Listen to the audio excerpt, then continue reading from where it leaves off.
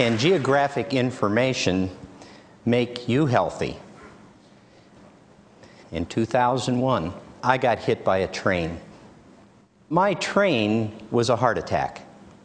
I found myself in a hospital in an intensive care ward, recuperating from emergency surgery, and I suddenly realized something, that I was completely in the dark. I started asking my questions. Well, why me? Why now? Why here? Could my doctor have warned me? So what I want to do here in the few minutes I have with you is really talk about what is the formula for life and good health. Genetics, lifestyle, and environment. That's going to sort of contain our risks, and if we manage those risks, we're going to live a good life and a good healthy life. Well, I understand the genetics and lifestyle part. And you know why I understand that? Because my physicians constantly ask me questions about this. Have you ever had to fill out those long legal-sized forms in your doctor's office? I mean, if you're lucky enough, you get it to do it more than once, right? Do it over and over again, and they ask you questions about your lifestyle and your family history, your medication history, your surgical history, your allergy history. Did I forget any history? But this part of the equation I didn't really get, and I don't think my physicians really get this part of the equation. What does that mean? My environment. Well, it can mean a lot of things. This is my life. These are my life places. We all have these. While I'm talking, I'd like you to also be thinking about how many places have you lived? Just think about that, wander through your life thinking about this. And you realize that you spend it in a variety of different places. You spend it at rest and you spend it at work, and if you're like me, you're in an airplane a good portion of your time traveling someplace. So it's not really simple when somebody asks you, where do you live, where do you work, and where do you spend all your time, and where do you expose yourselves to risks that maybe perhaps you don't even see. Well, when I have done this on myself, I always come to the conclusion that I spend about 75% of my time relatively in a small number of places. And I don't wander far from that place for a majority of my time, even though I'm an extensive global trekker. Now I'm going to take you on a little journey here. I started off in Scranton, Pennsylvania. I don't know if anybody might hail from northeastern Pennsylvania, but this is where I spent my first 19 years with my little young lungs. Breathing high concentrations here of sulfur dioxide, carbon dioxide, and methane gas in unequal quantities. 19 years of this, and if you've been in that part of the country, this is what those piles of burning, smoldering cold waste looked like. So then I decided to leave that part of the world, and I was going to go to the Midwest. Okay, so I ended up in Louisville, Kentucky. Well, I decided to be neighbors to a place called Rubbertown. They manufacture plastics. They use large quantities of chloroprene and benzene. Okay, I spent 25 years in my middle-aged lungs now, breathing various concentrations of that. And on a clear day, it always looked like this, so you never saw it. It was insidious, and it was really happening. And then I decided to get really smart. I would take this job in the West Coast. And I moved to Redlands, California. Very nice. And there, my older senior lungs, as I like to call them, I filled with particulate matter, carbon dioxide, and very high doses of ozone. Okay, almost like the highest in the nation. Right? This is what it looks like on a good day. If you've been there, you know what I'm talking about. So what's wrong with this picture? Well, the picture is there's a huge gap here. The one thing that never happens in my doctor's office, they never ask me about my place history.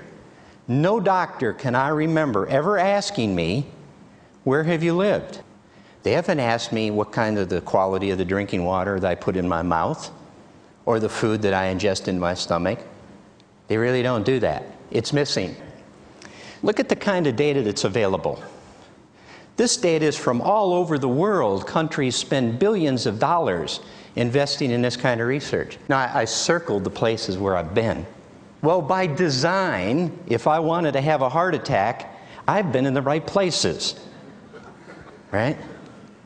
So how many people are in the white? How many people in the room have spent the majority of their life in the white space? Anybody? Boy, you're lucky. How many have spent it in the red places? Oh, not so lucky.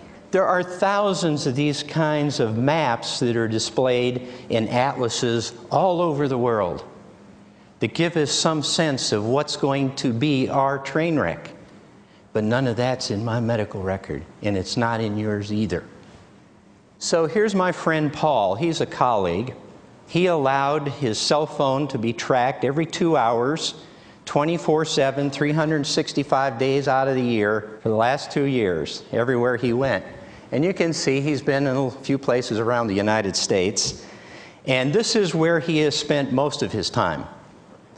If you really studied that, you might have some clues as to what Paul likes to do. Anybody got any clues? Ski, right.